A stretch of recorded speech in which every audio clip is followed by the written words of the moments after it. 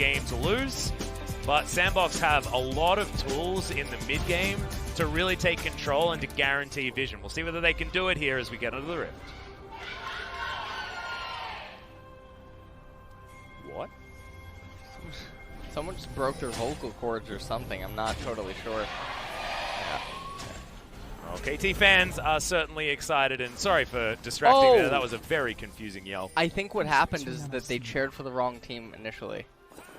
Oh, maybe. Because it sounded like they changed their cheer, and then maybe they were freaking out about it. and then decided just to go in even harder. All right. I like that. That's like when you accidentally refresh and you go to 49. Is that what happens? Yeah, and then you're like, well, I better just keep refreshing. That's tragic when that happens. That's the problem. That's the problem right there. Just needed to try and get that next Nidalee.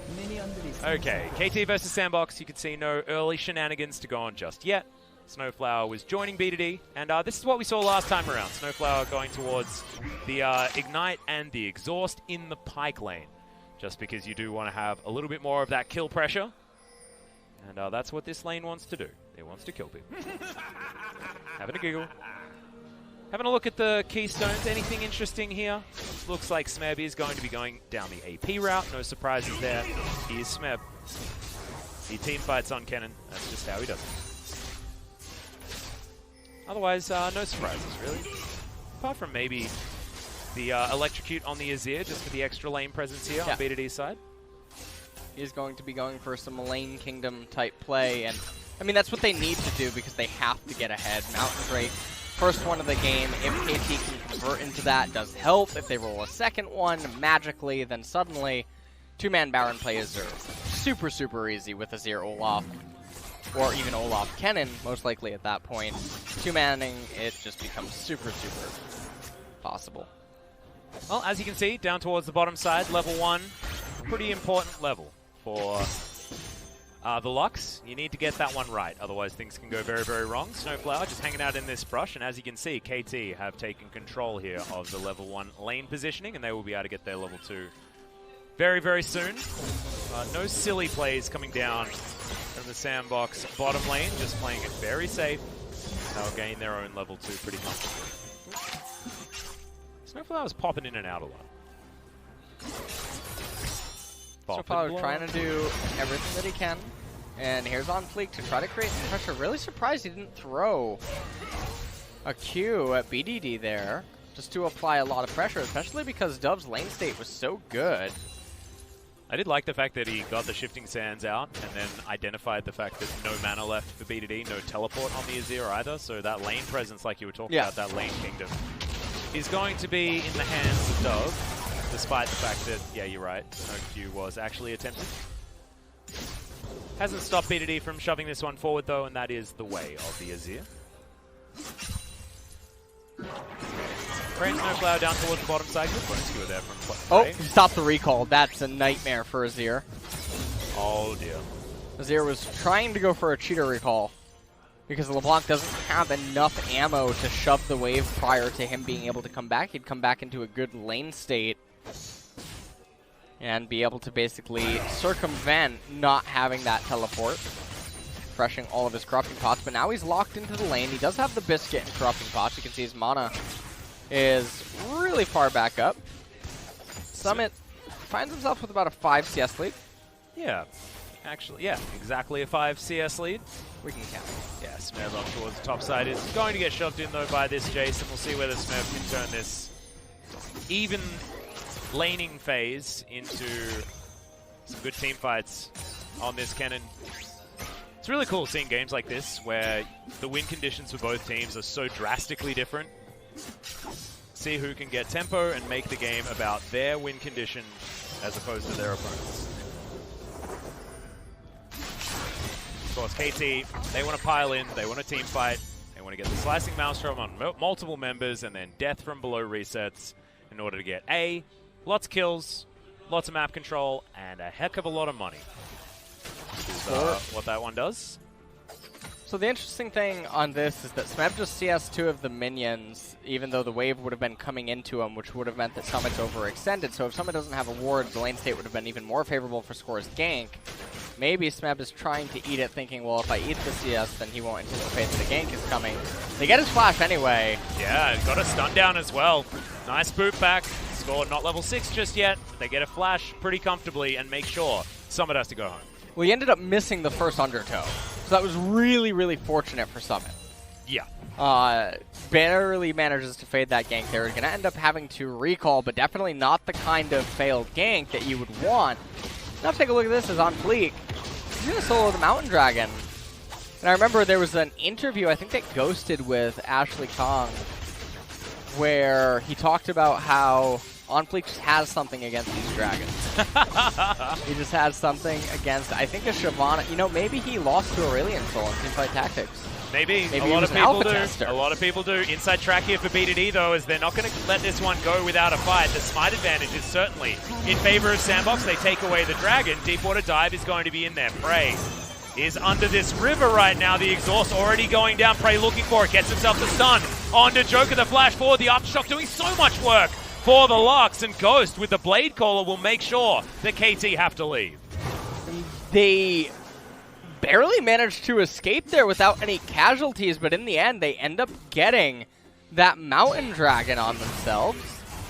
And now OnFleek's going to be able to clear out his entire jungle, and this is going to be a really good map state that is going to be available for SANDBOX. And also note that Smeb just uses teleport back up in top lane. This means Summit will have his available first. Yep. So they're going to have teleport advantage, and Fertile Dragon coming up in 4 minutes.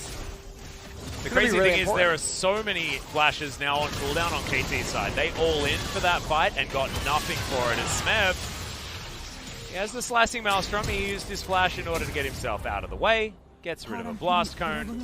Oh, and did a cheeky little maneuver, expecting them to think that he used the blast cone to get over the wall, and instead recalls. Cutie. I like it. I assume that's what he was doing. What's a cutie? Yumi? I know the cannon maneuver. Taking out the blast cone, making people assume that he went over the wall, but not actually going over the wall and just back. They just pinged something. You hear that? They pinged an item. Yeah. We don't know which item it is, but it's quite nice to hear that. Yeah, I like it. They're on top of their stuff.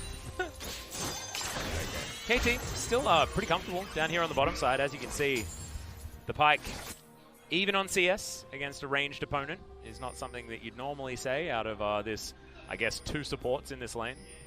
OnFleek moves top, double control ward. Best time ever to be a Jace. And what this means is that Summit can continue just hard shoving. And he has all of the information necessary, even that very deep ward, even further up. No way that they'll be worried about score, and they can actually see him on his Krug camp up there.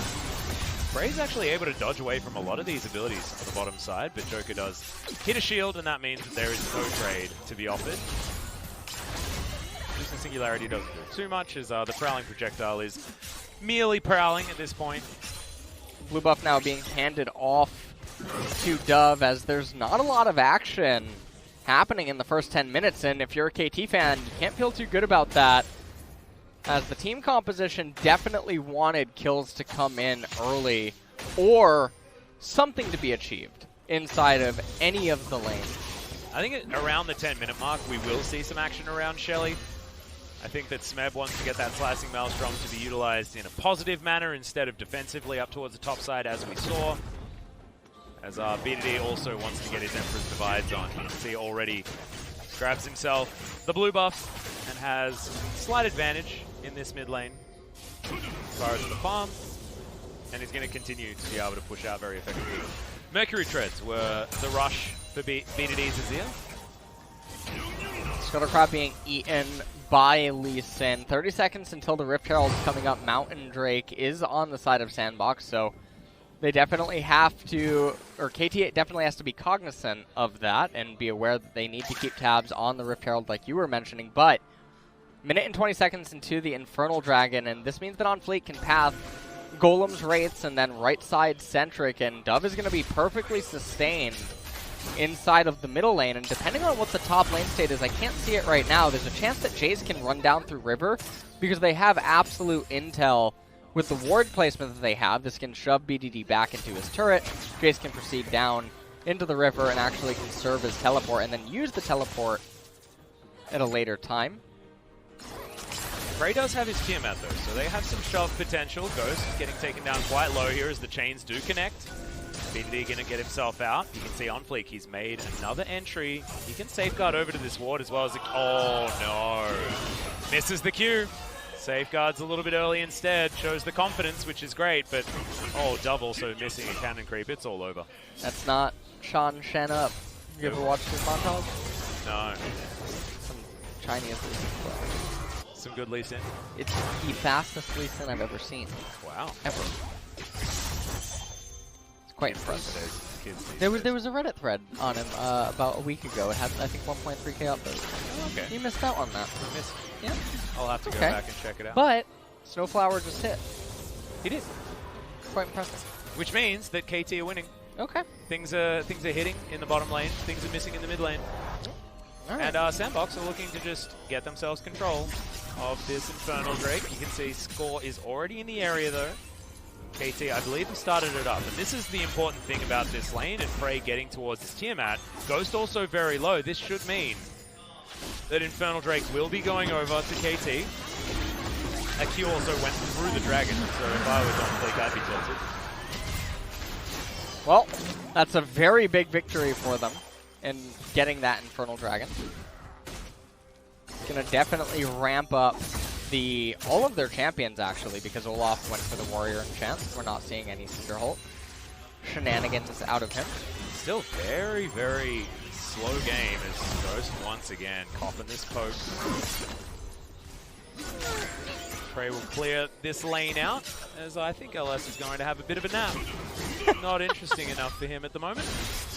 Oh, you put your legs up, sir. You can't escape from me. I see everything. Sorry, I'm not leaving the desk yet. Alright, good. You can stay, have a nap around. Shelly's trying to leave, though. Yeah, she wants to leave this pit. Head her way into the river. I don't know whether KT want to give this one away, though. Skull wandering over Vision. Dove's roaming up. Ghost is here as well. 5 members of SANDBOX up towards Shelly Rivers. The teleport coming in, and this could be KT's team fight opportunity. But BDD getting down to half health already. The teleport in as the final chapter comes down. Smeb looking for it. Slicing Maelstrom finds one as Dove goes down, but no, the ultimate. Even the prowling projectile goes wide, and KT come up with nothing. KT come up with nothing, and Rift Herald was captured by SANDBOX. Really surprised that they're not looking to utilize it right away, whether it be running down into bottom immediately with Ghost and Joker, because there's only 1 minute remaining on the plate. So OnFleek, I'm not sure why he's prioritizing a red buff right now instead of getting down there and summoning it in bottom so that it can actually crash onto the turret. Well, One he time. wasn't spotted there. He's actually going to go to his croc camp, so... you know what? I'm a little bit upset. I'm upset. I'm very upset. Let's take a look at this one more time. So, right there, OnFleek probably should have died if they cast the Yuumi ultimate better and actually used the exhaust. They surely would have been able to find the initial Pyke ultimate onto him and then chain everything all together. So, a little bit of a mechanical blunder by KT on the execution there, and yeah, the Rift Herald wasn't used. I'm gonna... Yep, and that is no plates. So at least one of them did go over to the SANDBOX team. The Joker's going to get slowed down. He needed to get the 100 gold and red buff so that he can spend 8 seconds recalling and then another 20 seconds moving on to the map, use it for a camp or two, waste the entire duration. That's the important thing. I think that's... Yeah. I'm glad you figured it out. I'm glad that we're in agreement. On the same page. Thank you. Well, 0 gold for both teams. Even though a few of these turret plates went down, proximity was an issue. And so no one's going to get an advantage there. And as you can see, 1 dragon apiece. Shelly's still yet to be used, but no plates to go down for that one. So this game is in a very, very locked position right now. Gold-wise, laning phase, normally a stage of the game that SANDBOX are definitely able to do some pretty impressive things in. As OnFleek, we'll see whether he channels Shelly up here to try and break this turret first. Decides against it. Decides against anything, actually. as Smeb misses most of his buttons, but clears out the minion wave regardless. Still no activity. We've got some radio silence right now on the some here. static. Well, Prey wanders around. Soon he'll go under the lane and get all of his health back. Thus, Pyke. Alright, 15 minutes here, no kills. Infernal Dragoon is coming up. Yeah. In just a minute. Infernal Dragoon, yeah. Because he's in a lagoon. Ah, right. You get it? I thought all of a sudden the dragon was like a military unit from Final Fantasy. Ooh, I see what you did there. It's a job, isn't it? Have you seen the remake? Of Final Fantasy VII? Yeah. Yeah. It looks quite nice. I'm really excited. I didn't actually get an opportunity to play it as a kid because I was a bit too much of a Nintendo purist, so very excited to have a go. I might pick up the original on Switch now that it's been re-released and remastered. Well, they're finally summoning Rift Herald here. Let's take a look at the magnificent usage of it here. Amazing. Yep, gets a boop into the mirror. Okay. And dies. Alright, not going to get too much from that one. The equivalency of about Xayah 5 auto attacks. So. Joker does not find anything just there. SnowFlower just hanging out with the Viking.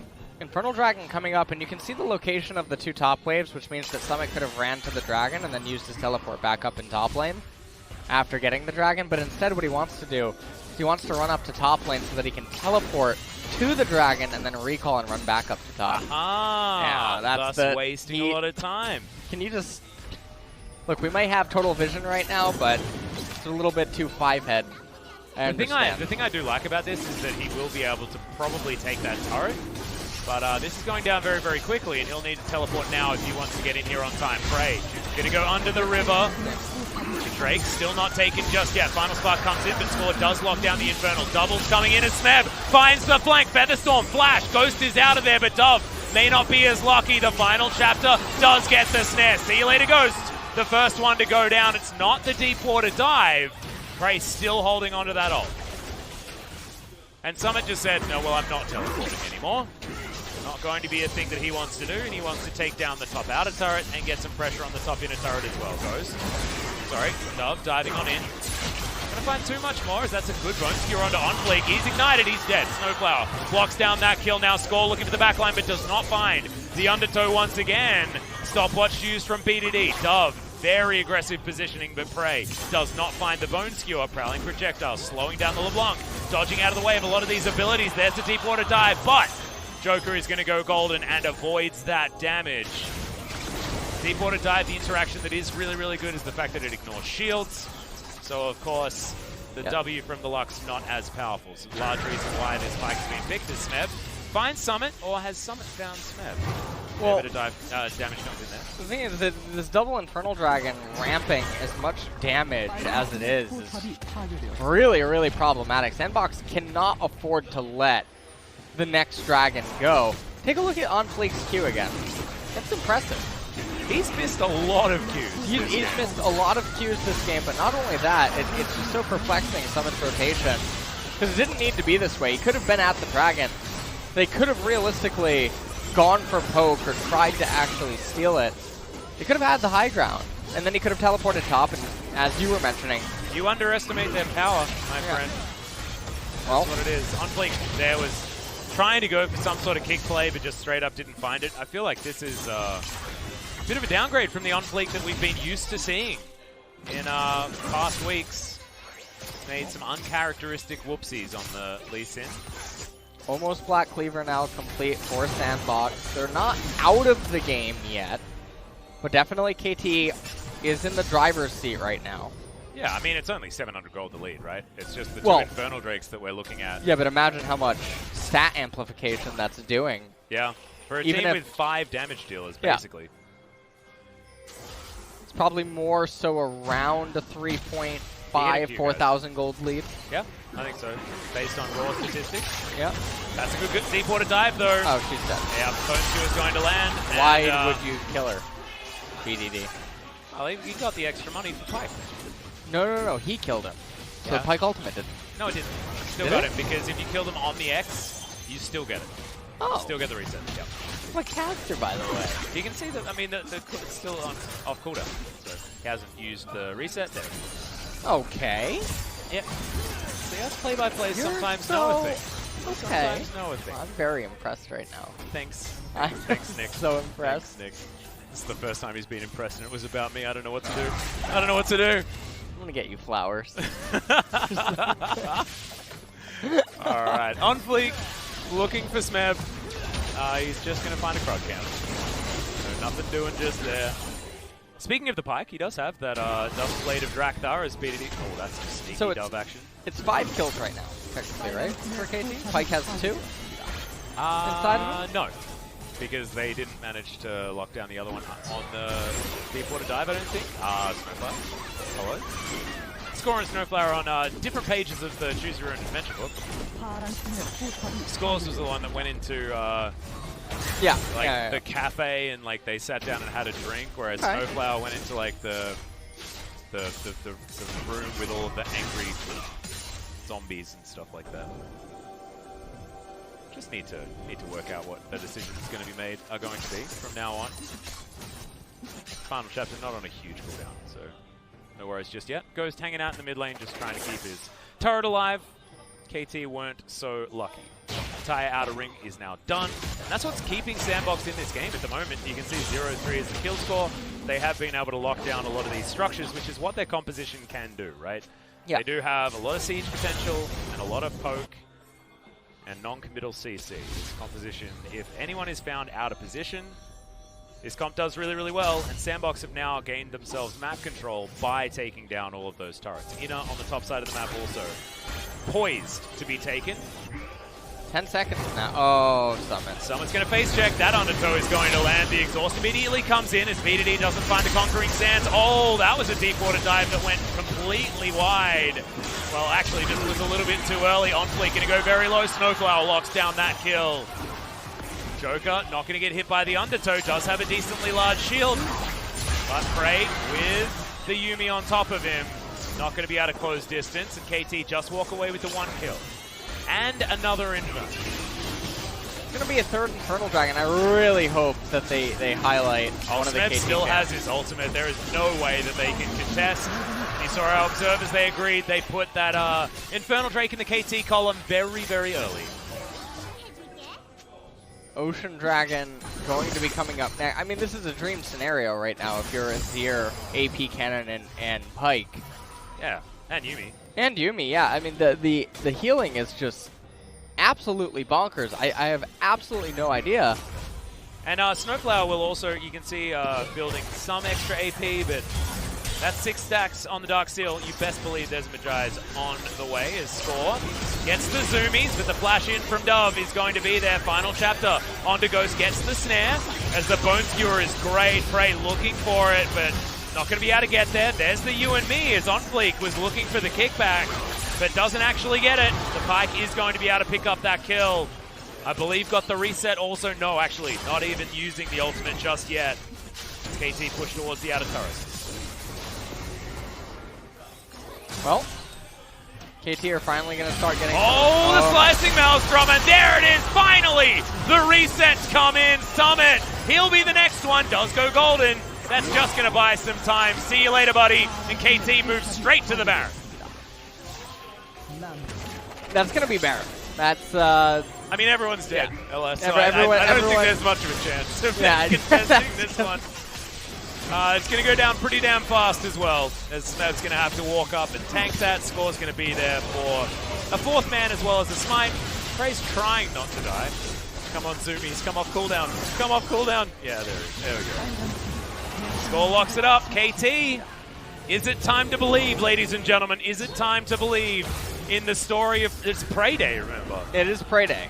And Prey managed to get a couple of those resets in the end of that fight. Yep. 3-0 and 4. Now he's heading towards an MVP. Well, so far this game is all but lost for SANDBOX. As we take a look at how this all ends up transpiring, Score ends up getting locked up by a chain. Ends up going down as well, but Ghost is just going way too far forward, having to flash out right at the very end, not before getting hit by a Bone Skewer. Decides that he wants to try to deal a little bit more damage. OnFleek messing with the wrong Pyke and Yuumi. Yeah, and it's then a after really this, strange interaction between Pyke and Lee Sin there as well as Smeb gets into the back line. See you later, guys. yeah, Pyke reads that. That's about a bajillion damage.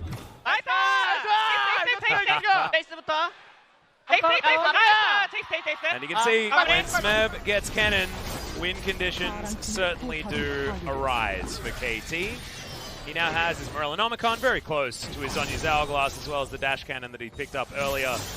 He's very scary, and we've got a Bone Skewer hunting for more. OnFleek slightly out of range. Now with the Baron, KT are looking to siege. Now, this composition does not siege at all well. In fact, it's abysmal. But what they can do is side lane, that's what Smeb's attempting. Slicing Maelstrom does come in. He does have a stopwatch, uses it now. Bone Skewer into the ultimate, but it's not quite enough. Eventually, he redoes it. And Prey's going to lock down the mid lane. A fantastic rotational play from KT as they now move minion waves ever closer to the SANDBOX base. Yeah, and oh man, well, I think that the rotation was a bit, well, looks like Jace now, he will get the bottom tier 2 turret, but it comes at a cost, obviously. They lost Dove's life. And they're also now going to lose bottom, or mid tier 2, sorry. No teleport for Smeb, he's going back home. Wants to join with the rest of his team, understands that now that Dove is respawning, it will be a man advantage over on SANDBOX's side. If it wasn't for the triple Infernal, I would say that the game state is salvageable for SANDBOX, but it's making it so problematic. And take a look at this replay right here. I think this is, this actually is an unintentional save by Prey. He's moving to bottom lane to kill Summit with Smeb. That's what he's doing. But then LeBlanc shows up and he's thinking, well, truly is Prey Day, I guess, as it is. He got a little bit of a surprise right there. SANDBOX with the birthday present. Thank you very much for that one. Prey now looking for more. Oh, it's the pirate story. We can call this the pirate story. This is that's the lane because it's Pyke and Yuumi. What if they make a parrot Yuumi skin? Oh my and then God. you use Gangplank. Yes. Yes. And then you attach to him. Oh man. That's it. You just follow him top lane and you rename. That's a kickback onto Smeb. I don't know whether he does have his Zonyas completed. Joker goes very, very low. Smeb isn't going to survive this one. Final chapter coming in, the final spark there as well. Not going to get much from either of them. Oh, that Bone Skewer very, very close to locking down Dove. The KT just lose their top laner in a bit of a whoopsie moment for Smeb. And SANDBOX has to be really careful right now. They do have a bit of breathing room. Oh, okay, you're Ghost doesn't. That's a Bone Skewer.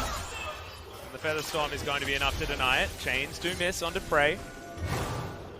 He's a very, very scary Pyke. Ocean Drake is going to be secured by KT. And this pirate is just hunting.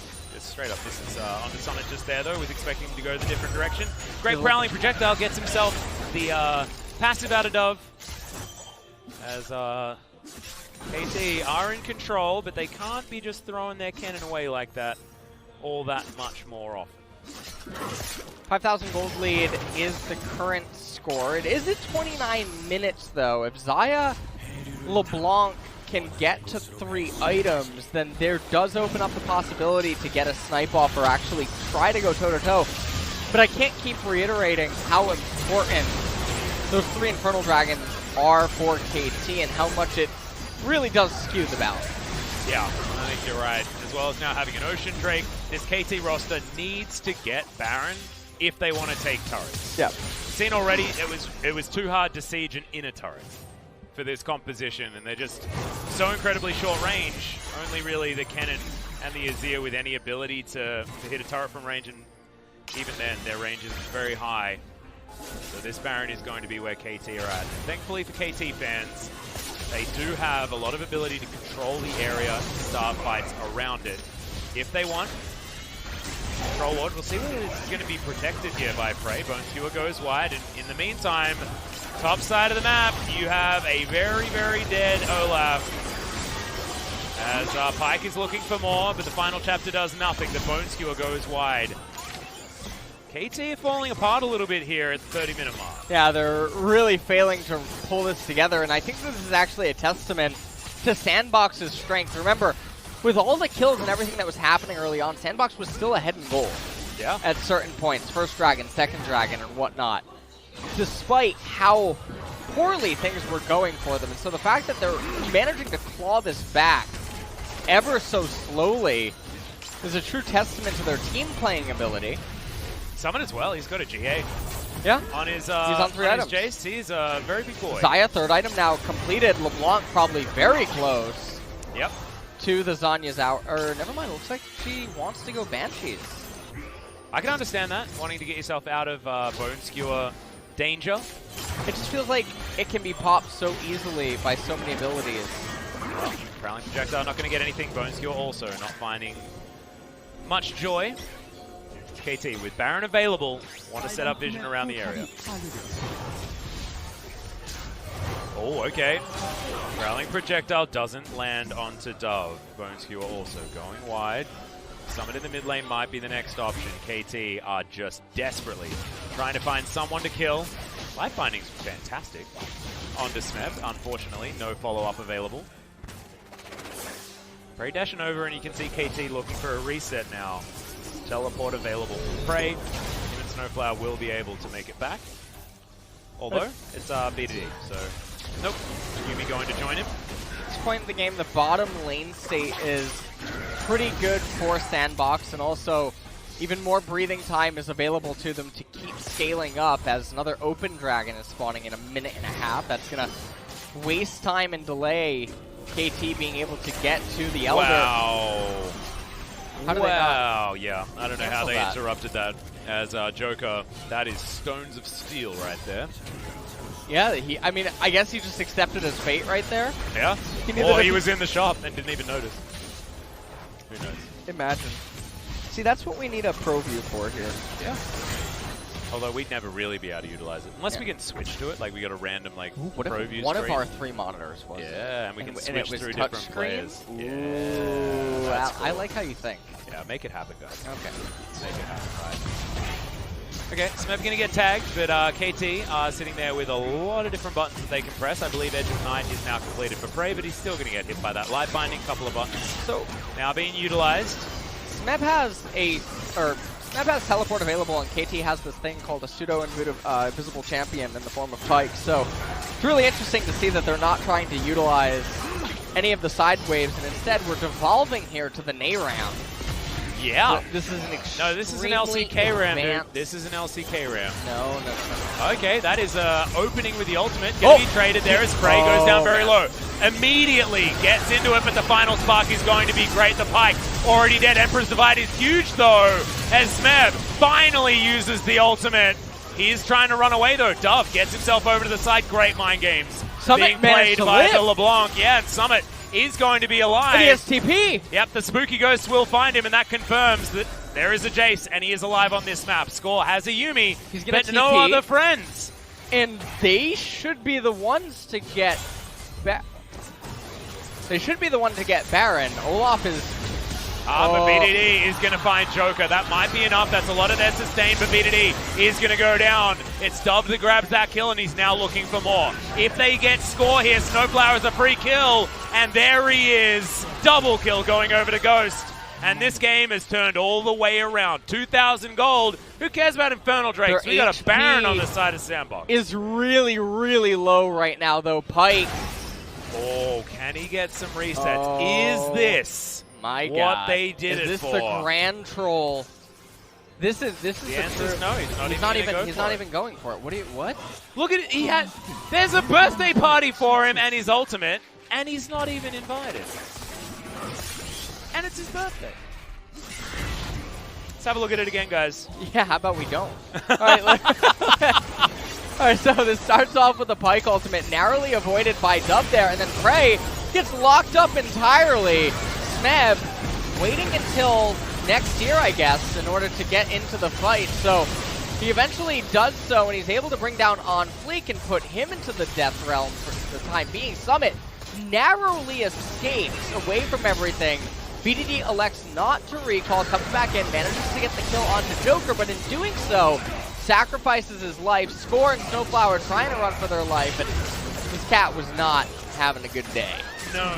That when is, this happened. But then that is after some this, time in the vet necessary. Prey could have gone to the Baron. Yeah. Absolutely. Yeah, but then he didn't. And then he didn't. So that's the... He got invited, like the birthday party was happening. Just, I actually think go. SANDBOX are going to win. Well, I mean, as you can see in the goal, why it was would you well eat and truly in the favor Ocean of Dragon? KT.